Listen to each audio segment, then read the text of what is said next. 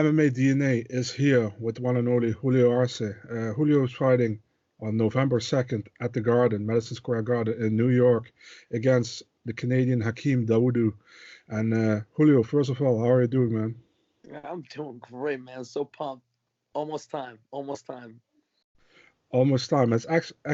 Actually, it's exactly a year ago when you was the last time fighting at the Garden. Mm-hmm. You know, I call you Mr. Trifecta. You fought for Glory Kickboxing, you fought Golden Gloves Boxing, and you fought for an MMA fight for the UFC last year. Yeah. But to fulfill the trifecta, you have to get that win, man. And last Yeah. time out, yeah, last time out it didn't happen, and it was close against Shayman Moraes. After that, let's go after your last fight against Julian Erosa, which was a big knockout in the third round. How did you saw that fight? Because I thought it was a pretty, technically a pretty good fight from your side. Tell me little bit about that. The fight with Julian Rosa was very interesting because, like one, I mean, the guy was 6 feet tall. He was huge.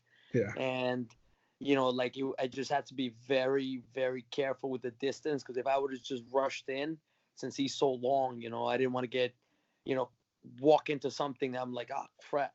So I had to be very patient, really create openings. And then, when the opening was there, that's when I hit, left hand, left head kick. yeah, it was pitch perfect. Well, you've been a little bit bummed you didn't get a bonus because that was a highlight real knockout bonus, actually. Yeah, no, it's one of those like you kind of just put your hands up like, all right, what else? I don't know how it was. Probably because that was the first fight of the night, so they Yeah, looked more at the so probably didn't get as viewed as much, but whatever. It was a highlight for me. I'm like, got my KO finish. yeah, definitely. But as I saw correctly, you had the first fight of the night again in New York, upcoming in November Hmm. against Hakeem Dawodu. Um, yeah, how do you see that fight? What do you know about your opponent and just your thoughts on that fight? You know, it's another person. He's got a lot of hype behind him, and I like that. Look, it's like he's coming in, to my home and just ready to bring it, and I'm gonna be there ready to bring it, and just leave it all in that cage as I always do. That's it. We're gonna go in there and scrap. I can't freaking wait. Very well known striker, and I watched a bunch of his fights, so it's like gonna be ready for this. Awesome. And do you like to give a little prediction about how you think it's gonna what's gonna happen? Yeah, I mean, I can never predict it. True. We might go the distance, might go to sub, you might go to KO. Who knows? So we'll see what happens there. All I know it's gonna be a good scrap, and Yeah, hopefully they really show everybody, this scrap, and maybe we get a fight night bonus. Who knows? yeah, yeah. Just wanted to say you're going for the bonus, of course, as well, right? Yeah. So after this fight, let's say let's go from the positive. You win this fight. You're going to 2020. What are your goals for 2020, and how do you see yourself in the future in the UFC right now? And moving out, hopefully after this fight, jump into the top 15, and then work my way into the top 10, and just really just start a run, really just climb. It's especially because look, the fight career is short, but so I'm gonna get the most out of it every fight that I can. So after this fight, hopefully jump into the top 15, get a ranked opponent, and then really just cement myself there in the top ranks. Yeah, for sure. Is it a coincidence, by the way, that your two teammates, Shane Burgos and Lyman Good, just like last time 1 year ago, uh, all three again on the same New York card. Yeah. Uh, is it kind of a coincidence, or is it just the way it went? And what do you expect from their fights? Because you guys always bring it, and I always look forward to see you scrap. So what do you expect? Same thing. I just expect a freaking storm coming from both of them, from Shane and from Lyman, ready to just freaking, they got the mentality, kill or be killed in that cage. So they're gonna make sure they put their opponents away. Yeah, and will there be a special Tiger Schulman gathering again, like you guys like always have when you have so many people on the card?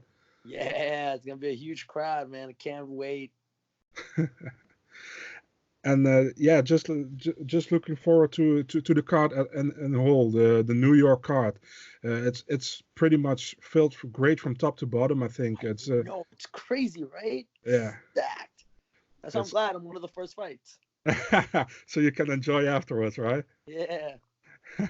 You actually prefer to be if you have you have two teammates on the card. Do you prefer to be the first to fight? Yes. I Yes? actually don't. Yeah, I don't mind being the first one. No? Just get my fight out of the way and then just go and then just support my teammates. I think I might be. I don't know. I don't know where I'm on the card. I think I might whether I'm first or third on the card. Yeah, first you were let's see, you were the a televised prelim, and then Shane and Lyman were early, and now they've changed it. You're on the early, and Lyman is on the early, and Shane is to the televised now. Hey, I don't mind So that. Maybe I think I might be the third fight of the night. Who knows? okay, yeah, could be. I don't know, man. I mean, they love shuffling it here and there, so Yeah. I don't know. Um, yeah, just tell me also a little bit about you're working also at Tiger Schulman's as an instructor. Can you tell me a little bit more about what you're doing there? And Well, one of the things is like through fighting, I came up through Tiger Showman's, which is to want to give him a lot of props because it's an achievement. We started at Tiger Showman's when we were all little, and then look at us now. We went from just a martial arts school who brought us from these average kids and made us brought us to the level of UFC fighters, which is insane. Some people come from other places, whether they're wrestlers, they go learn martial arts in another place, or they're like people from different places come to to find their camp. But we grew up there. We are rooted to Tiger Schulman's, and he taught us everything from the basics to where we are now, which is shout out to him for that huge accomplishment. And that after fighting us, they set us up because we have our schools.